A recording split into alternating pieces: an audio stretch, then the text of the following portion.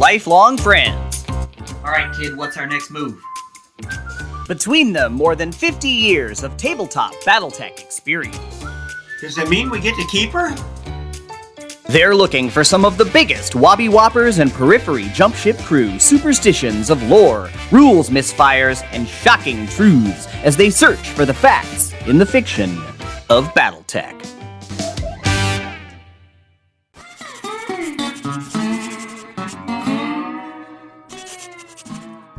What's up, Battletech fans? Here we are with yet another edition of Finding the Facts in the Fiction. And Jeff, we've got something off the wall for you today. Not only are we going to answer a new question for you here on the show today, we are going to turn back the hands of time. We are going to check out some of the previous questions, not that folks have asked us, but that we asked you, and we are going to find out the answers to those questions. Plus, I've got a little bit of trivia for you at the very end. Are you ready to hit the Wayback Machine? Sure. Let's go all the way back to 1984. We are talking Battle Droids. I was still in high school.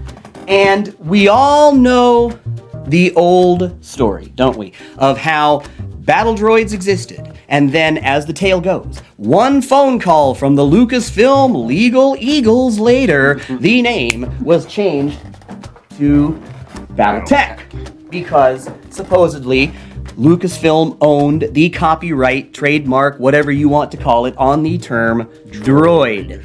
So this is the tale. I'm sure you've heard it, haven't you? Yes. I've heard it many times on many different channels, in many different gaming shops. We've all had that conversation. So here is the question to you. Is it true? Did that actually happen, or is that one of those deep periphery ghost stories that you only hear on the less frequented HPG signal receiving stations? It sounds true to me. I mean, it seems reasonable. I mean, George Lucas is that kind of a person. Well, yes. So, I mean, I think he would do that, so I think it seems reasonable. Okay, so the actual answer to this question is kind of a little more complicated than yes or no.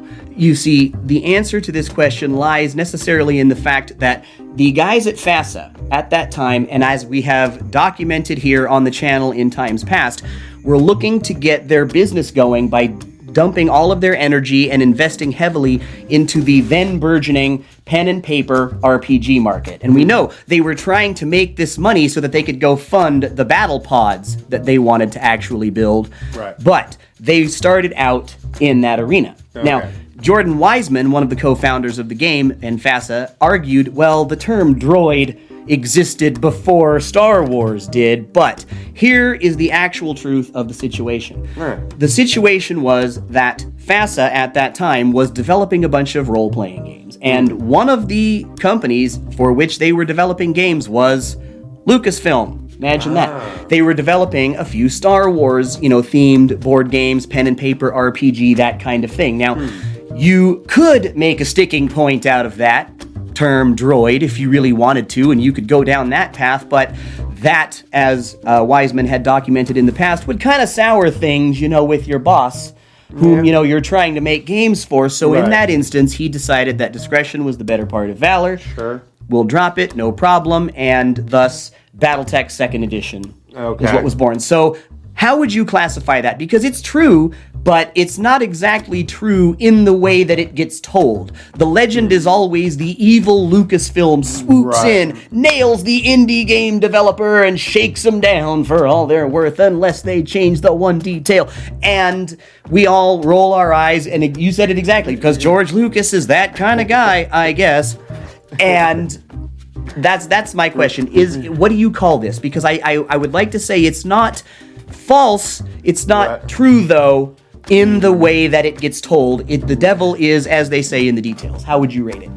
I would still rate that as true enough. So it's true enough, yeah. True enough.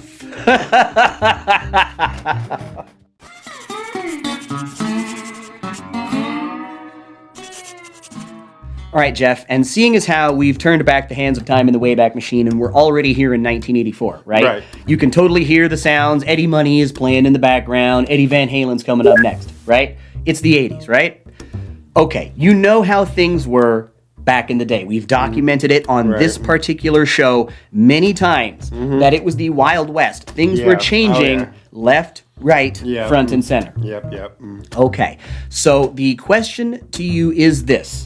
You know how skill improvement works in today's Battletech, whether it comes to gunnery and piloting skills. Okay. The current rule system is, for every scenario that a pilot survives, he gets 1 experience point. Right. And you may spend 8 experience points to lower your gunnery skill by 1, but only 4 experience points are necessary if you want to lower your piloting skill. Sure. That's how we know and how we play it today. But the question is, in earlier editions of the game, the myth is that the rule for lowering your skills was only tied to how many enemy mechs you could shoot down, and it only cost you essentially cashing in 4 kills to lower either of your skills, so gunnery or piloting. Once you could successfully say, I have killed 4 enemy mechs, good, I can now lower my gunnery skill or my piloting skill if I so choose. That is the question. Was this the rule, or was that hearsay, deep periphery ghost story, all made up on the fly? I am going to go with it was the rule, but it got changed into the way that we do it now. So, but it was true at that time. And that's your final answer? Yes. Okay. You are correct. That is confirmed. That is exactly how it used to be. And I did some digging. Seeing as how we happen to have a copy of Battle Droids here in the studio, I took the liberty of going back through the rulebook. And I looked back to see, okay, where it comes to skill improvement, how was it dealt with in the very first edition? So let's open this up. And here we are on page number 22 of the Battle Droids rulebook under skill improvement. Players may want to keep any of the droid warriors they've created for use in future games or in Battle Droid campaign games, assuming, of course, that the warrior survives the current battle. If they want to do this, the player should keep track of the number of enemy battle droids killed by each surviving droid warrior. For every 4 droids that he kills, the droid warrior can improve either his gunnery skill or his piloting skill. For the skill chosen, the player can subtract 1 from the current skill level. Okay, so that means that goes all the way back to battle droids. But while I was doing all this digging, that got me wondering. You said yourself just a second ago, you think it was true, it just got changed at some point. Right. You are correct. When did that happen? Oh, that I would have no idea. I had to go back through a couple of sources to figure this out, and I'll show this to you. The first thing I did was I got out a copy of the Battletech Master Rules. Now, this is the hard copy of it, and this was the WizKids Fan Pro edition, bought at our old store, GameTown. Oh, R.I.P. GameTown. GameTown of Old Town San Diego. Yeah. And I said, okay, let me look through the BMR. Is it the same? So I looked through the Battletech Master Rules, and the rules for skill improvement here are the way we do them today. Oh, okay. Spend 8 points to improve the gunnery, spend 4 points to improve the piloting. I said, okay, but this, as I just noted, is a WizKids product. Was it like that when FASA held the property? Well, we don't have to look too far, not much farther than, say, my teenage years, because I still have, as you can see, this well-worn book, also purchased from GameTown. So that's how long I've had that. I looked through this book. When FASA owned the property, it was indeed still the same way. Okay, so that means we've got to go further back. And I thought to myself, well, what came before that? That was, I do believe, the Battletech Compendium Rules of Warfare Edition. Okay. So I got that out. Oh, wow. Okay. Hardcover Battletech Compendium. And if you go through the Battletech Compendium, I'll bust it out here in just a second. This has the old 4 kills equals a drop in skill, buddy. This is where it started, and I'll show you exactly where. So now what year is this book? 1992, if I don't miss my guess, because I believe the original Battletech Compendium was 1990, and this was not too far after that. Okay. All right, so here we are on page 17. skill improvement. Almost word for word here. Players may want to use the mech warriors they create in future scenarios. Assuming, of course, that warrior survives the current battle. For every 4 battle mechs he destroys, the mech warrior can reduce his gunnery or piloting skill by 1, though gunnery and piloting skill levels can never be less than 0. See, and I think the reason why this rule was changed is because it used to cause a lot of bickering back in the day between players insofar as who had actually well and truly scored the kill. And you'd always hear the conversation something to the effect of, "Oh, come on, I did all the heavy lifting there, man. You just rolled in behind me and clipped him." Current argument, we just had a game. Happened to me twice. So you know them feels. Yeah. Everybody knows exactly how that feels. And so that creates what they call a negative play experience. And you want to avoid those at all costs. Right. And I don't have any kind of confirmation, so I can't confirm or deny, but I just have a feeling that that's why that rule was changed. Yeah.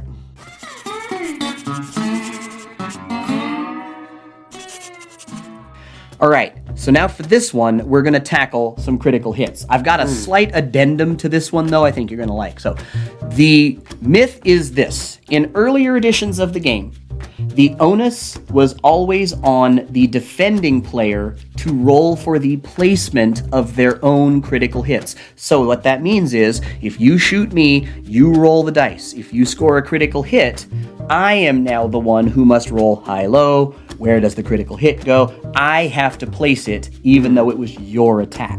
That's the myth. Is it true, or were we always supposed to play the way we do now, which pretty much everybody I know plays the attacking player who scored the critical hit also rolls for their own critical hits that they scored on the enemy?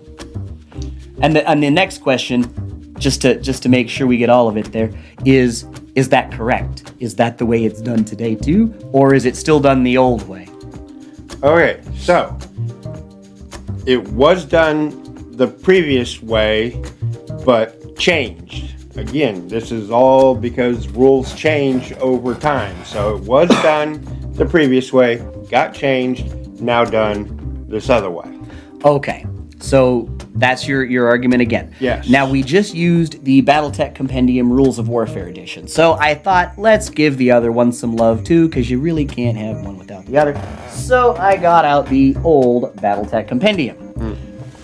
And I thought, okay, let's take a look through this and see if it says that in here. And here we are on page 28 of the BattleTech Compendium under the critical hit section. And we have here, when an attacker inflicts a critical hit, the defending player should consult the critical hit table for the appropriate location on their record sheet if the target is a battle mech, or the appropriate vehicle critical hit table in the vehicle section. The defender then rolls dice for each critical hit and consults the table to find out exactly what damage the critical hit inflicted. Okay, so you are so far correct.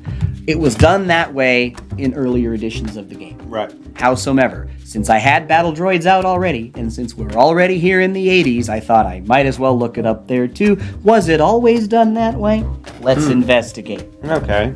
And on page number 18, we have determining critical hits if an attacker damages a battle droid's internal structure. Da-da-da-da-da. Now, here's the bonus point. Check this out. He rolls 2 dice, and if his roll is equal to or greater than 7, a critical hit has been scored. Hold on a minute. Hey. Let's back that steam-filled truck up for just a second. I like that rule. Yes, that's right. 7s are a lot easier to roll than 8s. Critical hits used to score on 7 or better, as opposed to how we do it today, which is 8 or better. Oh, okay. Now, the question is, was the placement of the critical hits still on the defender? Right. When an attacker inflicts a critical hit, the defending player should find the critical hit table for the appropriate location on his record sheet. The defender then rolls 1 die and consults the table to find out exactly what damage the critical hit inflicted. This is probably one of those other set of rules because they had 3 different ways to play the game in that book. Oh, okay. But the point is, The defender. it is still, the onus is still on the defender to roll the placement of Right. said critical hits. However, it is just slightly easier to score them than Right. it is today. I believe that 7 passes somewhere in the neighborhood of 58% of the time, whereas 8, I want to say, is somewhere around 42. So a significant difference. Right. Yes. I want to start using that rule. Oh, come on. So as near as I can tell, it's the old way in the BattleTech Master Rules. It only is the way we do it now, where you roll for your own critical hits Right. that you have scored in this book, Total Warfare. And the onus is still on the defender as far back as just the BattleTech Master Rules. Oh, wow. And as I say, I don't think there was a book that came in between the Master Rules, a core rule book anyway, and the first editions of Total Warfare Right. from FanPro or WizKids or whatever. Right, I don't think okay. there was any other big core rule book in there, so this change probably occurred in Total Warfare. Okay.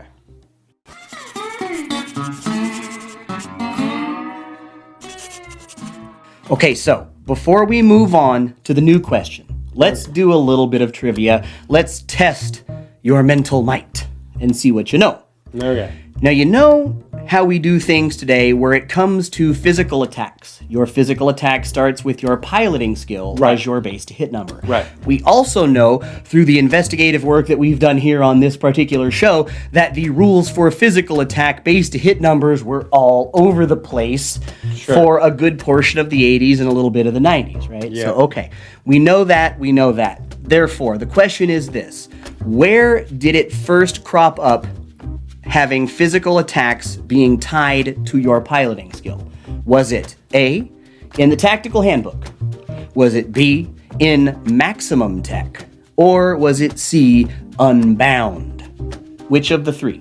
I go with A. You're going with tactical handbook. Yes, I am. No, the actual answer Damn. is Maximum Tech. Yeah, I knew it wasn't C. It was A. It was A or B, and I took a guess. And I remember this as clear as day because I remember having the BattleTech Compendium Rules of Warfare edition sitting out front of a Target with my friend Marcos, who is the guy that got me into the game. And he had been advocating for physical attacks to be tied to your piloting skill forever. Right. He just said it makes the most sense. Right. Doing it this other way doesn't make any sense at all. Why are we doing it this way? And I used to say, because it's what the book says. Right. And I used to ask him, and I remember this conversation, are you saying that the rule book for the entirety of ground-based combat is wrong? And Marcos, without skipping a beat, goes, yes!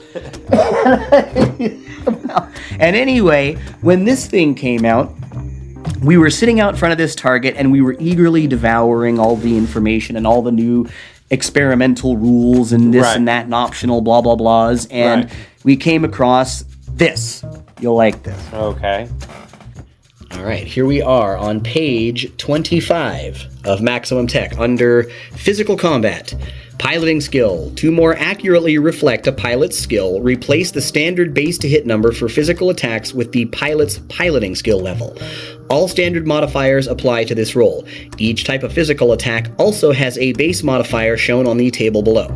Players should keep in mind that this rule may increase the number of successful physical attacks if the forces involved include veteran and elite pilots. And here's our physical attack modifiers.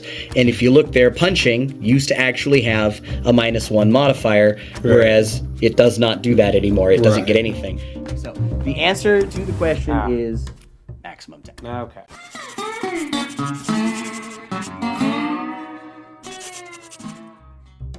And it's time now for the main event. We're not doing this. You know that one of our favorite activities on the tabletop is to reverse your arms. Oh, I love it. Fire into the rear. Yep. Okay. Now, you may have heard somewhere out there in the periphery on the space lanes that firing into your rear arc will cost you an additional +1 to hit your target. Is it true? Probably. So you're not sure whether or not it is? It seems reasonable, but no, I am not sure. Okay, so the answer to the question goes like this. It is, this is another one of those, I gotta get your opinion on it. I'm not entirely sure what to call it. However, the myth as told that you're required to pay an additional +1 when you're firing into your rear arc is not true. Okay. But there are, howsoever, circumstances that will require you to pay an additional penalty for firing into the rear if your target meets very specific circumstances. Very specific criterion is the word I was looking for. Let's investigate. All right, here we are on page 106. That's 107 down there, so this is 106 here. Reversing flipping arms, mechs constructed without hand and lower arm actuators in both arms and which do not have any weapons split between torso and arm locations can flip their arms over and fire backward. This ability only applies to mechs originally constructed without those actuators or omni-mechs that remove their hand and lower arm actuators for a certain configuration, not mechs that lose them due to critical damage. If you look at the rest of it, there is clearly no mention of any penalty to fire these weapons if you're shooting them into the rear. Okay. So that part is not true. Okay. We know if you're just right. Is there a particular set of circumstances you could find yourself under where you would have to pay that kind of a penalty? And the answer is no farther away than the attack modifiers table in the back of the book. Now, if you look over here, in the weapon attacks only area, and you look under target. Secondary target in forward arc adds a +1 to hit. We all know that. Secondary target in side or rear arc adds an additional +2. So that means it adds an extra +1 over what it normally would have in that particular circumstance if they are your secondary target. Secondary target, right. So in this case, again, you have the myth as told is not exactly true, but there are a specific set of circumstances one could find themselves in wherein it would be true that you would have to pay at least some form of penalty for the fact that it was a rear shot that was taking place. So what would you call that one? Yeah, just put an asterisk on it. kind of like Barry Bonds' home run record. Oh no, folks. That's all we got for you this time. If you liked what you've seen, do us a big favor. Hit that subscribe bell down there and turn on all notifications so you can find out exactly where Battlebound's gonna turn up next. And remember, folks, Battlebound has a Patreon at patreon.com/battlebound. Sign up today to enjoy those benefits tomorrow. I'm Tuck Davian for my broadcast partner, Jeff Snyder, and we're looking forward to seeing you next time right here out on the Space Lanes.